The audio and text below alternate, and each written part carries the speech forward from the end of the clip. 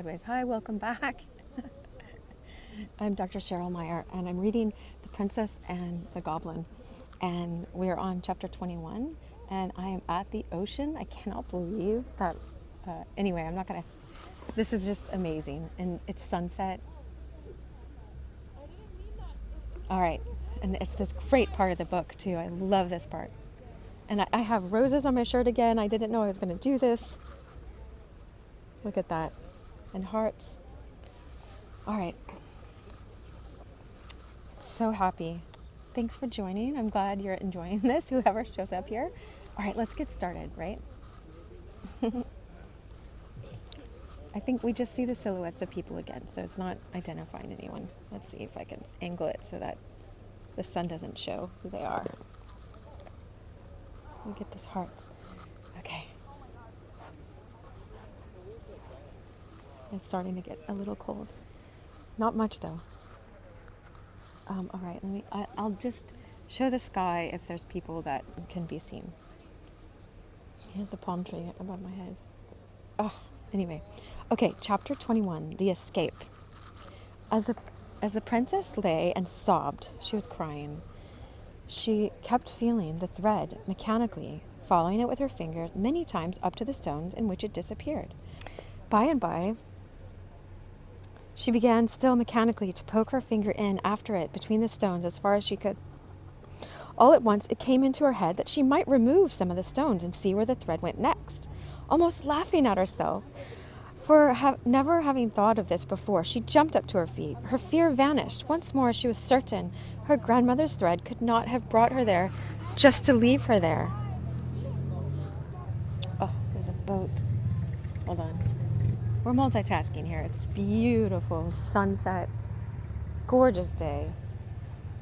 Okay, and Irene she's getting so happy because it's when you find out you're on the right path again in your intuition, and you get that second wind or the third wind or the 42nd wind. And you're like, oh, I'm on the right path again, and you feel so much joy because you're in alignment with love and with the spirit and with I'll just keep reading the story so you guys make up your own understanding of this.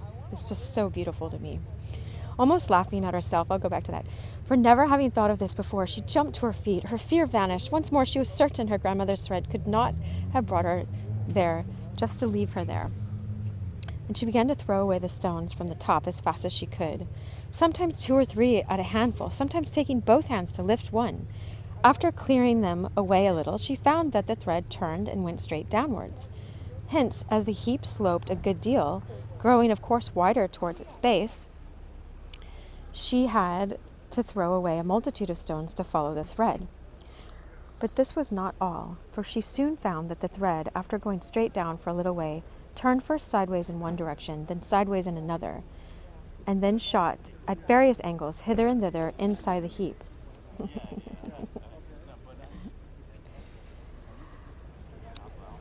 At various angles hither and thither inside the heap, so that she began to be afraid that to clear the thread, she must remove the whole huge gathering, like the whole mountain. She was dismayed at the very idea, but losing no time, set to work.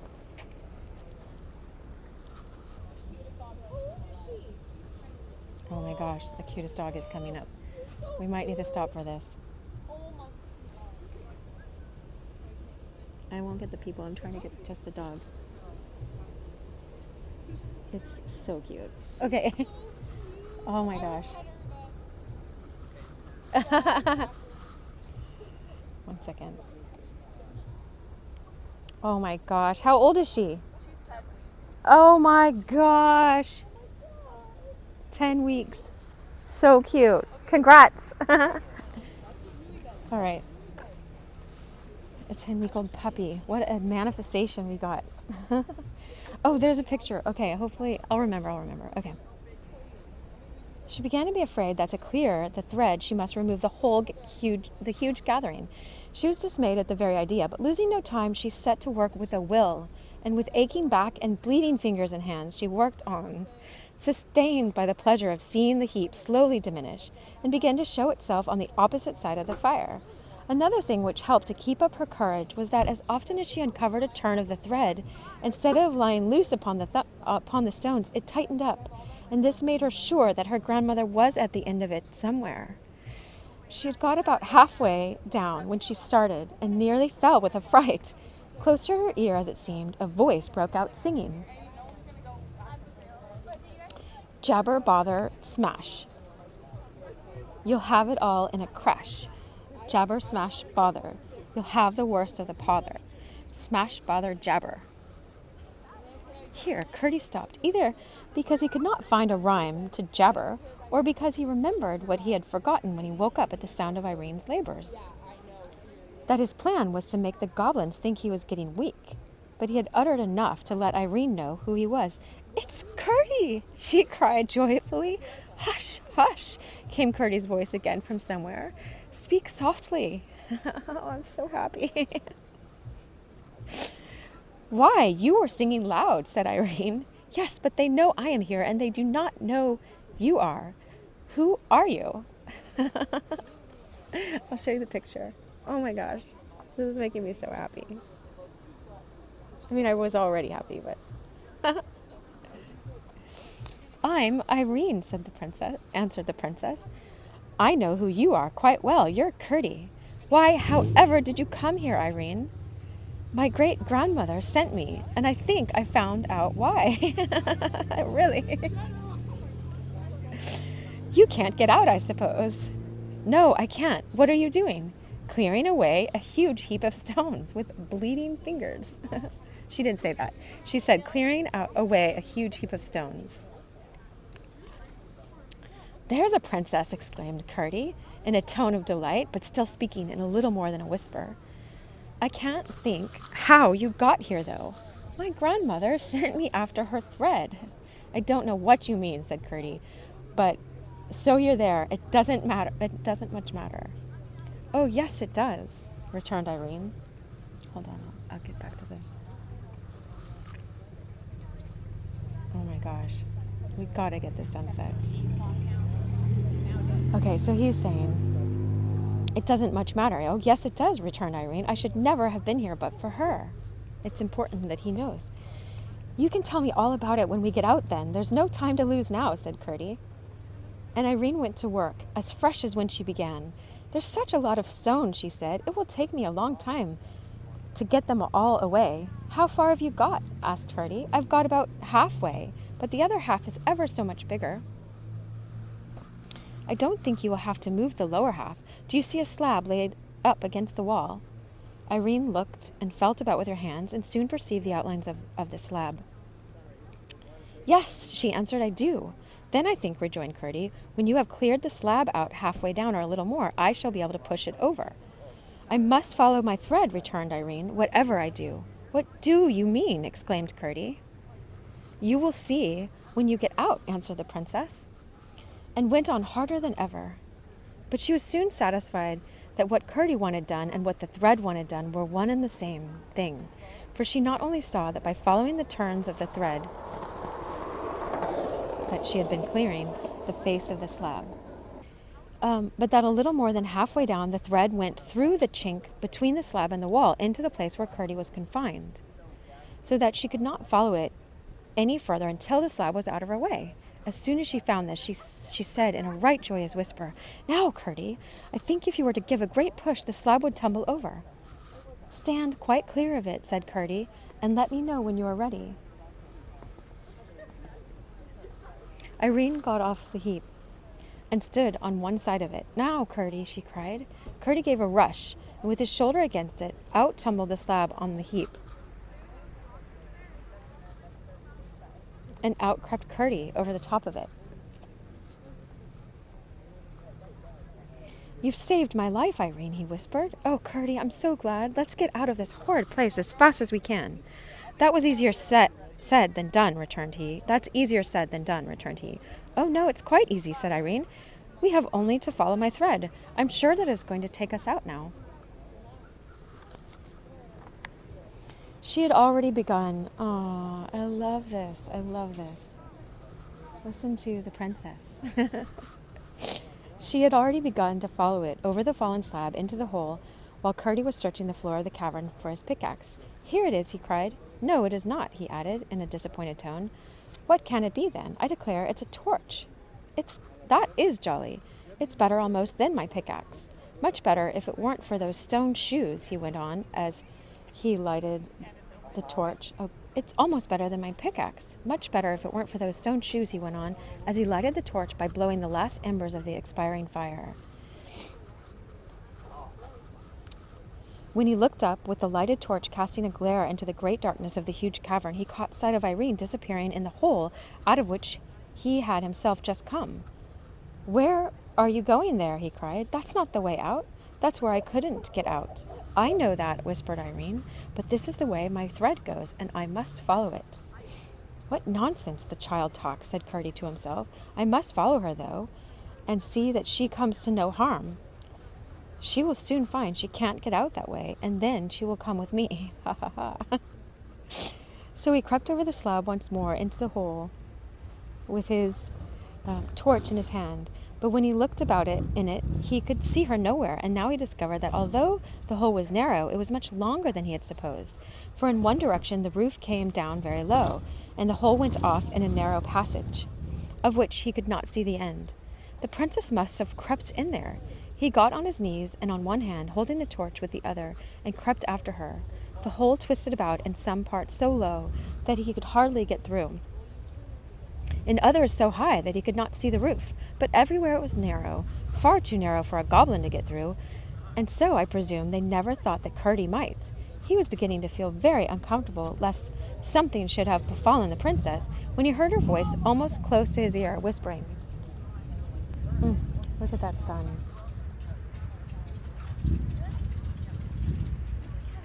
This is so gorgeous.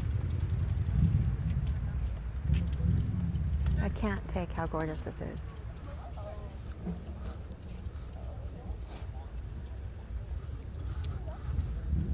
Okay, so he heard her voice. He was beginning to feel very uncomfortable as something should have befallen the princess when he heard her voice almost close to his ear, whispering, "Aren't you coming, Curdie?" And when he turned the next corner, there she stood waiting for him. "I knew you couldn't go wrong in that narrow hole, but now you must keep by me, for here is a great wide place," she said. "I can't understand it," said Curdie, half to himself, half to Irene. "Never mind," she returned. "Wait till we get out." Curdie, utterly astonished that she had already got so far, and by a path he had known nothing of, thought it better to let her do as she pleased. Sometimes that's the important thing to do. Women's intuition, women's princesses. We're all princesses and princesses. Okay, so thought it better to let her do as she pleased. At all events, he said again to himself, "I know nothing about the way. Minor as I am, she seems to think she does know something about it, though how she should passes my comprehension." See, it passes our comprehension sometimes, you guys. "So she's just as likely to find her way as I am, and she insists on taking the lead." Oh, I was just reminded of my little heart necklace. There's love for you. "So she's just as likely to find her way as I am, and as she insists on taking the lead, I must follow. We can't be much worse off than we are, anyhow." Reasoning thus, he followed her a few steps, and came out in another great cavern, across which Irene walked in a straight line as confidently as if she knew every step of the way. Curdie went on after her, flashing his torch about, and trying to see something of what lay around them. Suddenly, he started back at a place as the light fell upon something close by, which Irene, oh my gosh, I just looked up again. I gotta look. Let's see. Nice kickflip.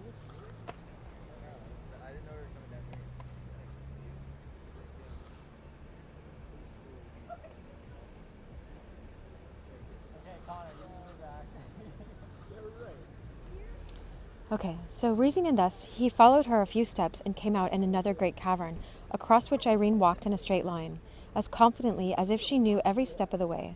Curdie went on after her, flashing his torch about, and trying to see something of what lay around them. Suddenly he started back a pace, as the light fell upon something close by which Irene was passing. It was a platform of rock, raised a few feet from the floor and covered with sheepskins. upon which lay two horrible figures asleep at once. Recognized by Curdie as the king and the queen of the goblins, he lowered his torch instantly, lest his light should awake them. Awake. That's what we're getting right now.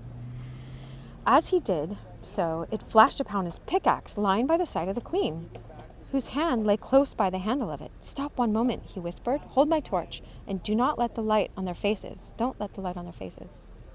Irene shuddered when she saw the frightful creatures, whom she had passed without observing, but she did as requested, and turning her back, held the torch low in front of her. Curdie drew his pickaxe carefully away, and as he did so, spied one of her feet projecting from under the skins. The great clumsy granite shoe, exposed thus to his hand, was a temptation not to be resisted.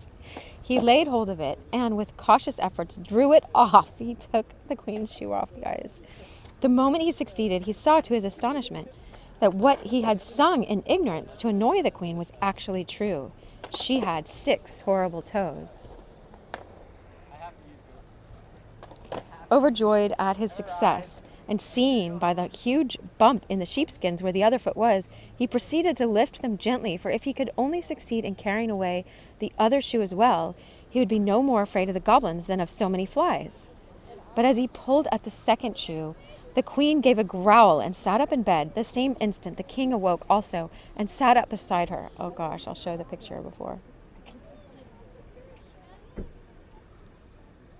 We'll just stay at the picture for a second. I'm playing my guitar after this, man. This is beautiful. I have it right there. All right. But as he pulled at the second shoe, the queen gave a growl and sat up in the bed. The same instant, the king awoke also and sat up beside her. "Run, Irene!" cried Curdie, for though he was not now in the least afraid for himself, he was for the princess. Irene looked at once round, and she saw the fearful creatures awake, and like the wise princess she was, dashed the torch on the ground and extinguished it, crying out, "Here, Curdie, take my hand." He darted to her side, forgetting neither the queen's shoe nor his pickaxe, and caught hold of her hand as she sped fearlessly where her thread guided her. They heard the queen give a great bellow, but they had a good start, for it would be some time before they could get torches lighted to pursue them. Just as they thought they saw a gleam behind them, the thread brought them to a very narrow opening, through which Irene crept easily and Curdie with difficulty. "Now," said Curdie, "I think we shall be safe." "Of course we shall," returned Irene. "Why do you think so?" asked Curdie. "Because my grandmother is taking care of us." My grandmother is taking care of us. "That's all nonsense," said Curdie. "I don't know what you mean." "Then if you don't know what I mean, what right have you to call it nonsense?" asked the princess, a little offended. Oh, I think that's a line we have to memorize. Not have to, but I invite all of us to do so. Aww. "If you do not know what I mean, what right have you to call it nonsense?" asked the princess, a little offended. "I beg your pardon, Irene," said Curdie. "I did not mean to vex you." "Of course not," returned the princess. "But why do you think we shall be safe?" He said, "Because the king and queen are far too stout to get through the hole." "There might be ways round," said the princess. "To be sure there might. We are not out of it yet," acknowledged Curdie. "But what do you mean by the king and queen?" asked the princess. "I should never call such creatures as those a king and a queen." "Their own people do, though," answered Curdie. The princess asked more questions, and Curdie, as they walked leisurely along, gave her a full account not only of the character and habits of the goblins, so far as he knew them, but of his own adventures with them, beginning from the very night after that in which he met her and Ludi upon the mountain. When he had finished, he begged Irene to tell him how it was that she had come to his rescue. So Irene, too, had to tell a long story, which she did in a rather roundabout manner, interrupted by many questions concerning things she had not explained. But her tale, as he did not believe more than half of it, of course, sorry, I don't want to be biased, sorry. But her tale, as he did not believe more than half of it, left everything as unaccountable to him as before, and he was nearly as much perplexed as to what he must think of the princess. He could not believe that she was deliberately telling stories, and the only conclusion he could come to was that Ludi had been playing the child tricks, inventing no end of lies to frighten her for her own purposes. But however did Ludi come to let you go into the mountain alone, he asked. Ludi knows nothing about it. I left her fast asleep. At least I think so. I hope my grandmother won't let her get into trouble, for it wasn't her fault at all. My grandmother very well knows. But how did you find your way to me? Persisted Gertie. I told you I already, answered Irene, by keeping my finger upon my grandmother's thread, as I am doing now. You don't mean you've got the thread there? Of course I do. I've told you so 10 times already. I have hardly, except when I was removing the stones, taken my finger off of it. There, she added, guiding Gertie's hand to the thread. You feel it yourself, don't you? Oh, kids running, hold on. This is so rad. All right. Maybe I'll do it. Let's see. This is too beautiful to miss. All right. Well, let me find my place again here. There, she added, guiding Gertie's hand to the thread. You feel it yourself, don't you? I feel nothing at all, replied Gertie. See, our hearts have to be in the right place, or who knows why Gertie couldn't feel it yet. It's okay, though. Then what can be the matter with your finger? I feel it perfectly. To be sure, it's very thin, and in the sunlight looks just like a thread of a spider, though there are many of them twisted together to make it. But for all that, I can't think why you shouldn't feel it as well as I do. Gertie was too polite to say he did not believe there was any thread there at all. What he did say was, well, I can make nothing of it. I can, though, and you must be glad of it, for it will do for both of us. We're not out yet, said Gertie. We soon shall be, returned Irene confidently. And now the thread went downwards and led Irene's hand to a hole in the floor of the cavern, whence came a sound of running water, which they had been hearing for some time. It goes into the ground now, Gertie, she said, stopping. He had been listening to another sound, which his practiced ear had caught long ago, and which also had been growing louder. It was the noise of the goblin miners made. Wow. At their work, and they seemed to be no great distance now. Irene heard it the moment she stopped. Let's see. Oh, there's only 2 more pages. We can do it. Sorry about the external noises, but it's such a great feeling here. What is that noise? She asked. Do you know, Gertie? Yes, it is the goblins digging and burrowing. Oh, low power mode. I'll read fast. Digging and burrowing, he answered. And you don't know what they do it for? No, I haven't the least idea. Would you like to see them? He asked, wishing to have another try after their secret. If my thread took me there, I shouldn't much mind, but I don't want to see them, and I can't leave my thread. It leads me down into the hole. We had better go at once. Very well, shall I go first? Said Gertie. No, better not. You can't feel the thread, she answered, stepping down through a narrow break in the floor of the cavern. Oh, she cried, I am in the water. It's running strong, but it's not deep, and there's just room to walk. Make haste, Gertie. He tried, but the hole was too small for him to get in. Go on a little bit, he said, shouldering his pickaxe. In a few moments he had cleared a larger opening and followed her, then went on, down and down with running water. Gertie, getting more and more afraid, it was leading them to some terrible gulf in the heart of the mountain. In 1 or 2 places he had to break away the rock to make room before even Irene could get through, at least without hurting herself. But at length they spied a glimmer of light, and in a minute more they were almost blinded by the full sunlight into which they emerged. It was... Oh, see? There's these little hearts again. This is going to keep me warm.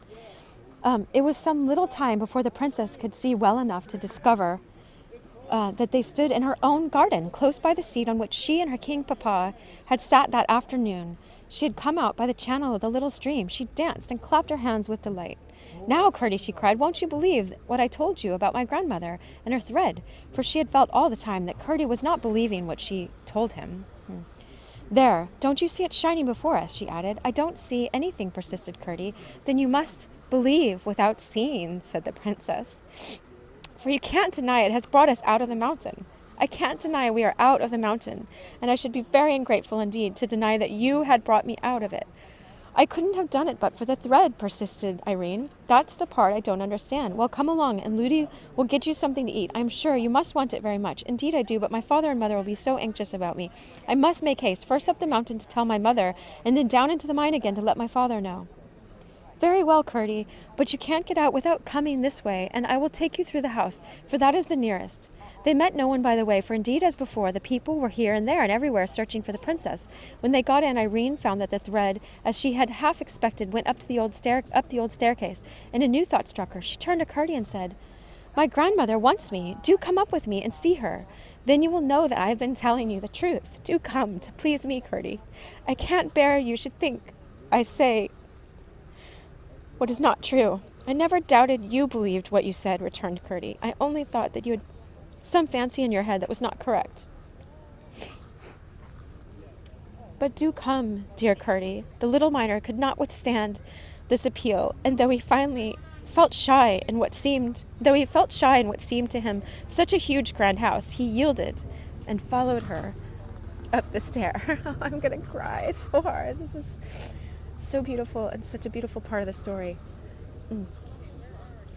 Okay, I wish you guys love. The next chapter is called chapter 22, The Old Lady and Curdy. Love you guys. Thanks for being here.